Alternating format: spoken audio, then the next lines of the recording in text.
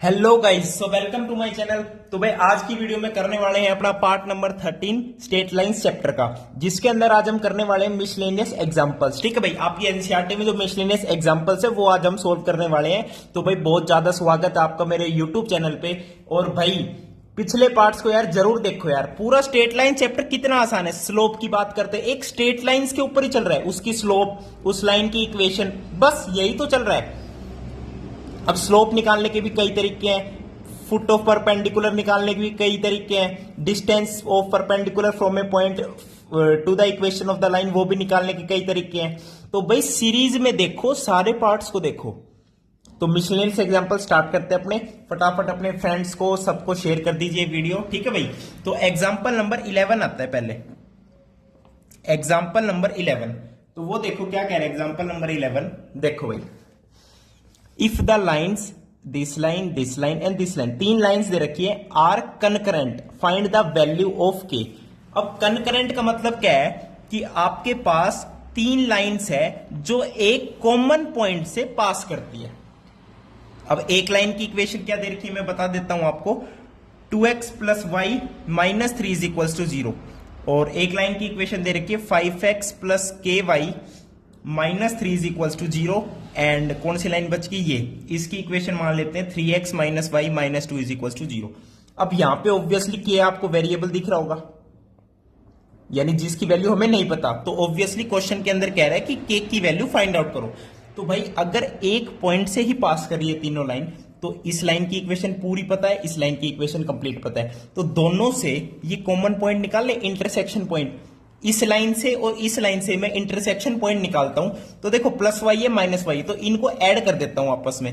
तो क्या आता है 5x, वाई से वाई कैंसिल, और माइनस 3 माइनस 2 आएगा माइनस 5, तो इज इक्वल्स टू 5 आ गया।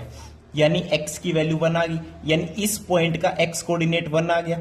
अब 1 किसी में भी पुट कर दो, y निकाल लो, y is equals to 3x minus 2। x 1 है तो 3 माइनस 2 इज 1, तो y इज ऑल्सो 1। यानी 1,1 क्या है, इनका कंकरेंट पॉइंट है जहां पे तीनों लाइन मीट कर रही है। अब तीनों लाइन मीट कर रही है तो इस लाइन को क्या है, ये सेटिस्फाई करेगा। तो 1 और 1 इसके अंदर रख दीजिए। तो 5 multiply by 1 plus K multiply by 1 minus 3 is equals to 0।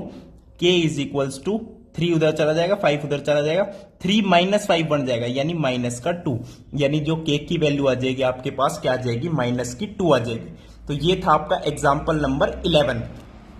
ठीक है भाई, अब चले अगले एग्जाम्पल पे। चलो जी, एग्जाम्पल नंबर 12 देखो। एग्जाम्पल नंबर 12 क्या कह रहा है, find the distance of the line 4x minus y is equals to 0, y is equals to 4x से सिंपल। ठीक है भाई, from the point 4,1 measured along the line making an angle of 135 degree with the positive x axis. समझ रहे हो? देखो वैसे तो डायग्राम ये गिवन है, वैसे मैं अलग से बना के समझाता हूं। एक लाइन आपके पास y is equals to 4x। अब y is equals to 4x बनाते हैं पहले। This is your x, this is your y। तो y is equals to 4x भाई कैसे बनती है, ओरिजिन से तो पास होती है, तो वो लाइन आपकी ऐसे बनती है। y is equals to 4x आपकी कैसे बनेगी, ऐसे बनेगी। ठीक है, this is your y is equals to 4x। अब आपको एक पॉइंट है 4,1, तो ऑब्वियसली वो कहीं यहीं पे आएगा 4,1, क्योंकि 4, मान लो x की जगह 4 रखोगे तो 4,16 तो इस लाइन पे लाई करेगा, तो 4,1 इसके नीचे ही लाई करेगा। ठीक है, तो ये पॉइंट है। इस पॉइंट का इस लाइन से डिस्टेंस निकालना है, लेकिन कह रहे हैं measured along line making an angle 135 degree with the positive x axis. तो पॉजिटिव एक्स एक्सिस ये होगी। अब ये एंगल होना चाहिए 135, ये कह रहा है आपसे, और तब ये डिस्टेंस निकालो इस पॉइंट से लेके यहां तक का। अब भाई देखो, डिस्टेंस निकालने के लिए वो फॉर्मूला जो मैंने बताया था वो तो परपेंडिकुलर डिस्टेंस था। अब ऑब्वियसली ये परपेंडिकुलर डिस्टेंस तो है नहीं, तो बस मुझे ये कोऑर्डिनेट इस पॉइंट के पता चल जाए, मान लो टी पॉइंट है, इसके कोऑर्डिनेट पता चल जाए तो मैं डिस्टेंस फॉर्मूला से डायरेक्ट डिस्टेंस निकाल लूंगा। अब देखो भाई, इस लाइन की इक्वेशन पता है y is equals to 4x। अब ये जो लाइन है जो 135 डिग्री बना रही पॉजिटिव एक्स एक्सिस के साथ, इस लाइन की इक्वेशन निकाल सकते हैं हम भाई। पॉजिटिव एक्स एक्सिस के साथ एंगल पता है, इट मींस इसका स्लोप पता है, टेंजेंट 135। टेंजेंट 135 कितना होता है, 90 जमा 45, और सेकंड क्वाड्रेंट में नेगेटिव होता है, तो -1 इसका क्या आ गया, स्लोप आ गया। क्या समझे, -1 स्लोप आ गया जी। एक स्लोप पता चल गया, एक पॉइंट पता है, तो इस लाइन की इक्वेशन लिख सकते हैं y minus one is equals to minus one x minus four, तो y minus one is equals to minus x plus four, तो x plus y is equals to 5। इस लाइन की इक्वेशन आ गई। इस लाइन की इक्वेशन पता है y is equals to 4x, तो ये पॉइंट ऑफ कॉन्टेक्ट निकाल सकते हैं, यानी जो इंटरसेक्शन पॉइंट है दोनों लाइन का, मतलब ठीक है। y की जगह मैं 4x रख देता हूं, 5x इज इक्वल्स टू 5, तो x इज इक्वल्स टू 1, यानी t पॉइंट का x कोऑर्डिनेट 1 आ गया। अब x कोऑर्डिनेट 1 है तो ऑब्वियसली y कोऑर्डिनेट क्या होगा, 4 होगा। अब ये पॉइंट पता चल गया, ये पॉइंट पता चल गया। अब ये डिस्टेंस निकाल लो, pt डिस्टेंस क्या होता है डिस्टेंस फॉर्मूला से, 4 माइनस 1 यानी 3 का स्क्वायर 9, 1 माइनस 4 यानी माइनस 3 का स्क्वायर ऑब्वियसली 9 ही होगा, तो 9 प्लस 9 18, 18 का रूट कितना होता है 3√2, यानी जो पीटी डिस्टेंस है वो कितना आएगा आपका 3√2। तो ये आपका आंसर हो जाएगा एग्जाम्पल नंबर 12 का। समझ गए भाई, चले आगे। चलो तो एग्जाम्पल नंबर, अब चलते हैं अपने 13 पे। देखो भाई, देखो सारा सिस्टम वही है, स्ट्रेट लाइंस का सारे फॉर्मूलाज पता है, बस थोड़ा सा क्वेश्चन को समझो। वैसे भी मिसलेनियस एग्जांपल्स एंड एक्सरसाइज के क्वेश्चन थोड़े होटी टाइप होते हैं, हॉट्स क्वेश्चन होते हैं, समझ गए। अब चलते हैं 13th एग्जांपल पे। Assuming that straight lines work as a plane mirror for a point, ठीक है जी, ये मैं समझा दूंगा क्या कह रहा है। Find the image of the point 1,2 in the line this. बिल्कुल भाई, देखो कह रहा है एक स्ट्रेट लाइन जो है इमेज मिरर, प्लेन मिरर की तरह काम करेगी, यानी एक पॉइंट अगर यहां पे है आपका, क्या गिवन है पॉइंट, मान लेते P पॉइंट है 1,2, और ये स्ट्रेट लाइन आपको गिवन है x माइनस 3y प्लस 4 इज इक्वल टू 0। अब इस पॉइंट की ये मिरर मानते हुए इसकी एक इमेज बनेगी। इट मीन्स मैं बोल सकता हूं कि ये डिस्टेंस जितना उतना ही ये डिस्टेंस, इमेज का मतलब तो यही है, और ये होता है भाई परपेंडिकुलर। परपेंडिकुलर बाइसेक्ट करते हुए जब जाएगा ना, यानी बोल सकता हूं ये जो फुट ऑफ परपेंडिकुलर है ये इसका क्या है, मिड पॉइंट है। अब मुझे क्या बताना है, इमेज बताओ इस पॉइंट की इमेज, यानी पी क्यू के मुझे कोऑर्डिनेट्स पता करने हैं कि ये इसकी इमेज क्या आएगी।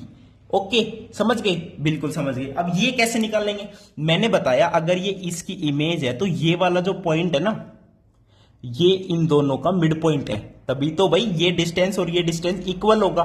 अब इसके कोऑर्डिनेट्स पता चल जाए तो ये भी निकल जाएंगे। अब इसके तो निकाल ही सकते हैं यार, मान लो ये पॉइंट क्या है, टी है, टी पॉइंट्स के कोऑर्डिनेट निकाल सकते हैं, यानी फुट ऑफ परपेंडिकुलर ही तो है। तो मैं इस लाइन की इक्वेशन पता है, इस लाइन की इक्वेशन में फाइंड आउट कर लेता हूं। कैसे, इसकी स्लोप कितनी है, इसकी स्लोप है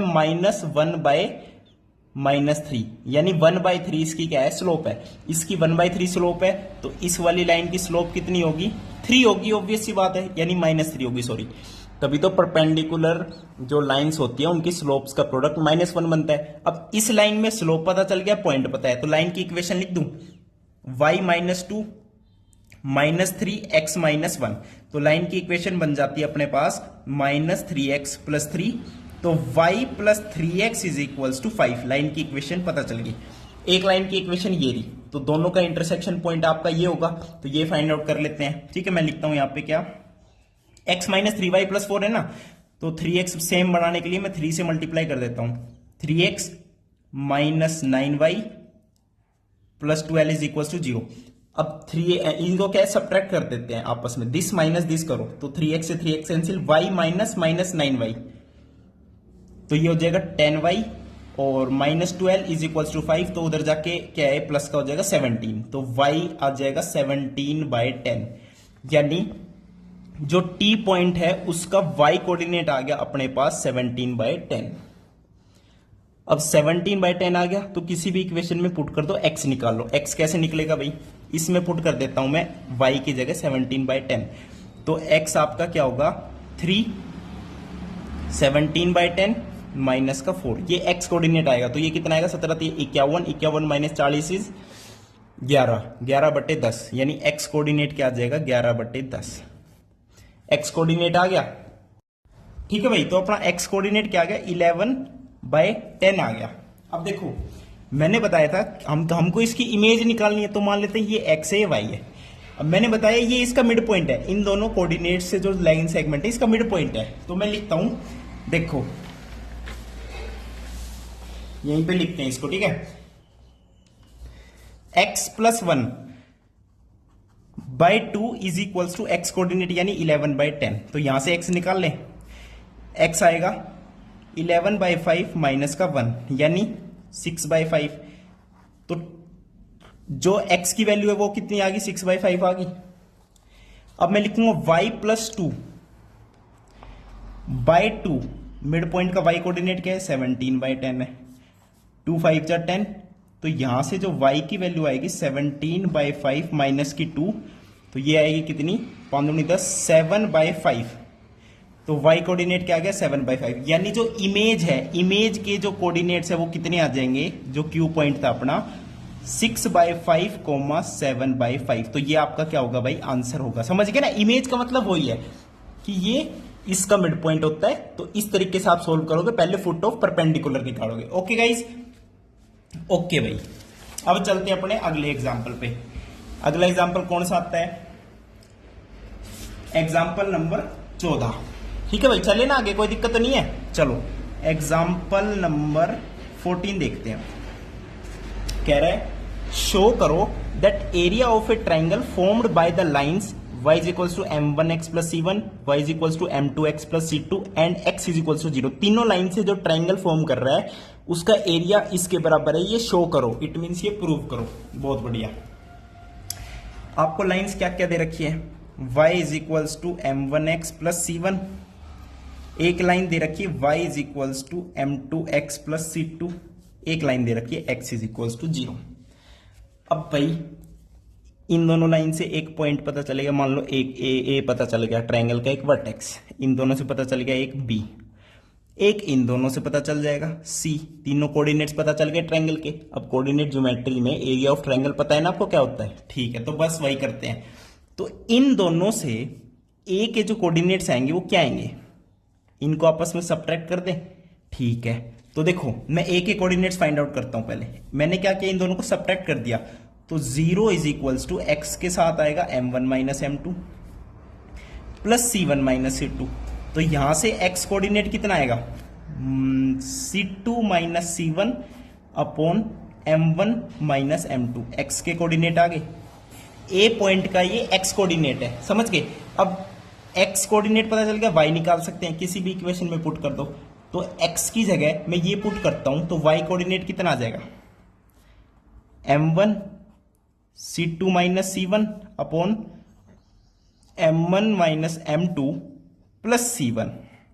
इसको थोड़ा और सोल्व कर सकते हैं बिल्कुल। एलसीएम क्या आ जाएगा, m1 माइनस m2, ऊपर क्या क्या आएगा देखो, m1 c2 m1 c1 plus c1 multiply by m1 minus m2 c1। तो इससे ये कैंसिल, और ऊपर क्या आएगा, ऊपर बन जाएगा m1 c2 minus m2 c1 और डिनोमिनेटर आएगा m1 माइनस m2। यानी जो a पॉइंट है, a वर्टेक्स है, उसका y कोऑर्डिनेट आपका ये रहा, x कोऑर्डिनेट ये रहा, समझ गए। a पॉइंट पता चल गया। अब b पॉइंट मैंने कैसे क्या बताया कि इन दोनों लाइंस का इंटरसेक्शन, तो x इज इक्वल्स टू 0 है, तो ऑब्वियसली x कोऑर्डिनेट तो 0 ही आ गया। अब x को 0 पुट कर दो, y कोऑर्डिनेट कितना आ गया, c2 आ गया। यानी b वर्टेक्स के कोऑर्डिनेट आपको पता चल गए। सिमिलरली c के कैसे पता चलेंगे, c इन दोनों का इंटरसेक्शन है, x तो 0 ही है और y कितना हो गया, c1 हो गया। यानी तीनों वर्टेक्स के कोऑर्डिनेट पता चल गए। अब मैं लिखता हूं area of triangle, area of triangle, ठीक है भाई, समझ गए ना, एरिया ऑफ ट्रायंगल एबीसी। अब उसका पहले फॉर्मूला बता देता हूं आपको क्या होता है, हाफ मोड आएगा, ठीक है, x1 y2 minus y3, x2 y3 minus y1, x3 y1 minus y2 और उसका मोड। ये होता है आपका एरिया ऑफ ट्रायंगल। अब x1 y1 x2 y2 x3 y3 क्या क्या है मैं बता देता हूं। ए के कोऑर्डिनेट्स को लेट कर लेते हैं x1 y1, बी के कोऑर्डिनेट्स को लेट कर लेते हैं x2 y2, सी वर्टेक्स की कोऑर्डिनेट है x3 y3। समझ गए। अब इसमें पुट कर सकता हूं फटाफट, देखो 1/2 मोड के अंदर x1 यानी a का x कोऑर्डिनेट ये रहा, c2 minus c1 upon m1 minus m2, this is your x1। y2 minus y3, y2 minus y3 मतलब b का y कोऑर्डिनेट, c का y coordinate, y2 minus y3, समझ गए। तो y2 माइनस y3, यानी C2 minus C1 आएगा यहाँ पे। कोई दिक्कत? कोई दिक्कत नहीं। प्लस का साइन है, प्लस का साइन। x2 कोऑर्डिनेट क्या है? 0 है, तो 0 को किसी से मल्टीप्लाई करोगे वो 0 ही रहेगा। प्लस x3 कोऑर्डिनेट क्या है? वो भी आपका 0 है, यानी 0 को किसी से मल्टीप्लाई करोगे 0 ही रहेगा। तो बस ये आपका एरिया ऑफ ट्रायंगल हो गया। अब एरिया ऑफ ट्रायंगल को कैसे लिखोगे? आगे थोड़ा सोल्व करें। C2 माइनस C1 2 बार है, तो ये आएगा C2 माइनस C1 और मोड का स्क्वायर कर लो, और नीचे क्या है? M1 माइनस M2 का मोड। अब हमें पहले चेक करना है प्रूव क्या करना था। C1 माइनस C2 का whole square by 2 M1 minus M2 का मोड। तो क्या यही आ रहा है अपना? भाई मोड का स्क्वायर तो ऑब्वियसली ऐसे लिख सकते हैं ना, C2 माइनस C1 का स्क्वायर, और नीचे मोड जरूरी है M1 माइनस M2 में, और 2 तो नीचे है ही। तो यही तो आपको प्रूव करना था। अब प्रूव होने के बाद हम क्या करते हैं? बड़ा बड़ा लिख देते हैं, क्या? Hence proved. ठीक है भाई, तो ये था आपका एग्जाम्पल नंबर 14। अब चलते हैं अपने एग्जाम्पल नंबर 15 पे। चलो भाई,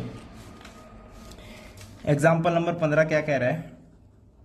देखो, ये कह रहा है a line is such that it's segment between the lines this and this is bisected at the point 1,5। तो इसकी इक्वेशन ऑब्टेन करो। अच्छा जी, इसके डायग्राम से वैसे आपको समझ नहीं आएगा, तो मैं आपको पहले समझाता हूं ये कहना क्या चाह रहा है क्वेश्चन में। कि दो लाइन आपके पास, कौन कौन सी लाइन है? मान लेते हैं एक लाइन ऐसे है, एक लाइन ऐसे है। ठीक है, इस लाइन की इक्वेशन क्या है? 5x minus y plus 4 is equal to 0। ये मैं लेट कर रहा हूं, सिर्फ ऐसे है, बाकी स्लोप के अकॉर्डिंग लाइन जो है अलग अलग शेप में हो सकती है, ऐसे भी हो सकती है, टिल्टेड। ठीक है, एक लाइन की इक्वेशन क्या है? 3x plus 4y minus 4 is equal to 0।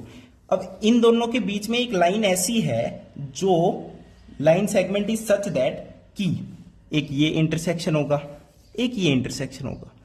तो जो वो कह रहा है कि वो बाइसेक्टेड है एट द पॉइंट 1,5, यानी एक पॉइंट है 1,5, वो उसका क्या है? मिड पॉइंट बन रहा है।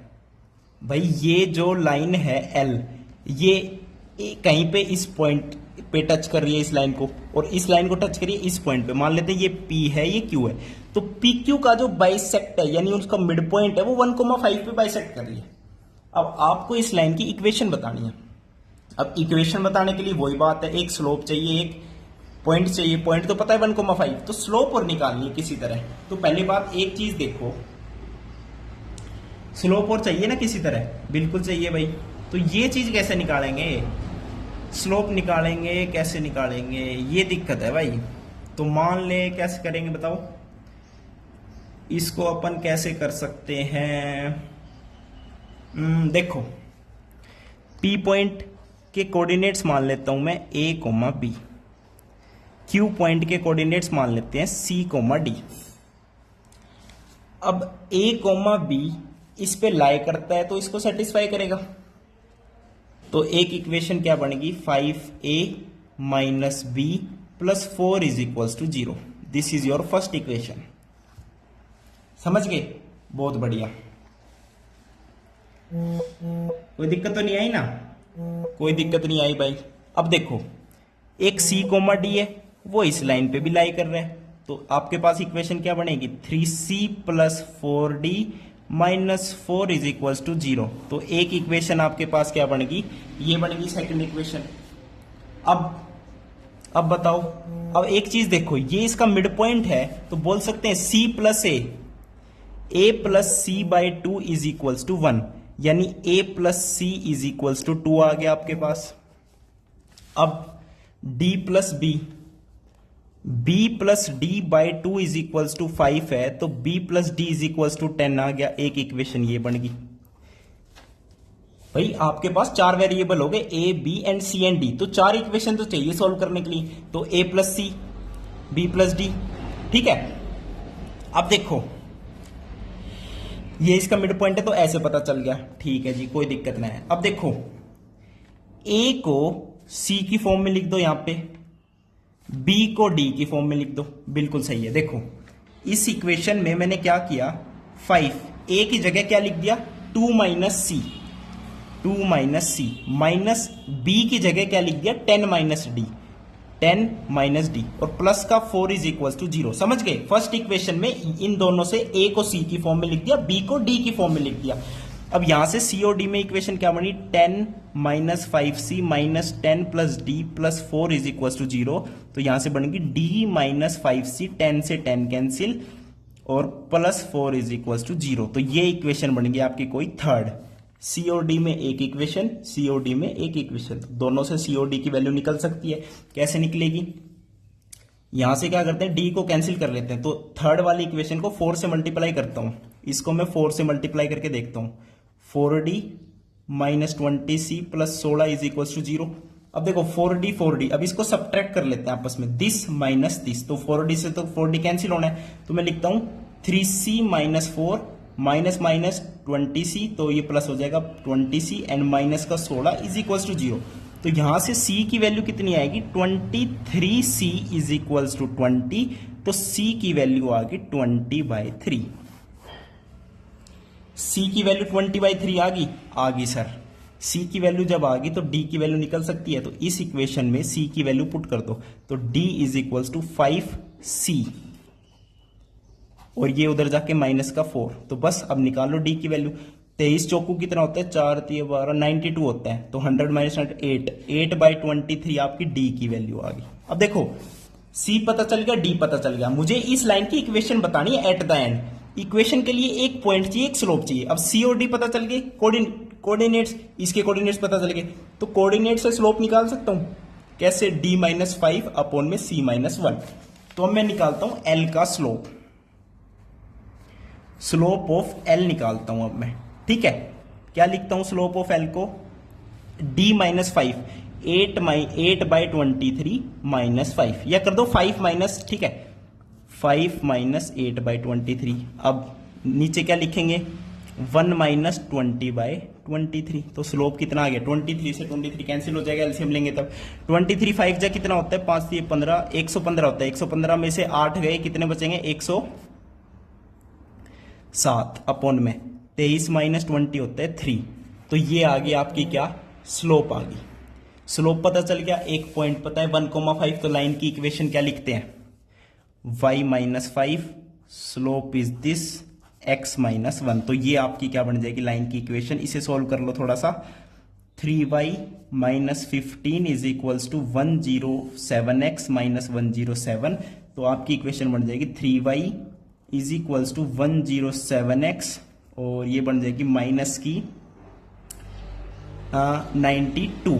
तो this is your final equation of line. तो ये आपका रहेगा आंसर। ठीक है भाई, देखो कितना सोचना पड़ा जब जाके आपकी इक्वेशन ऑफ लाइन बनी।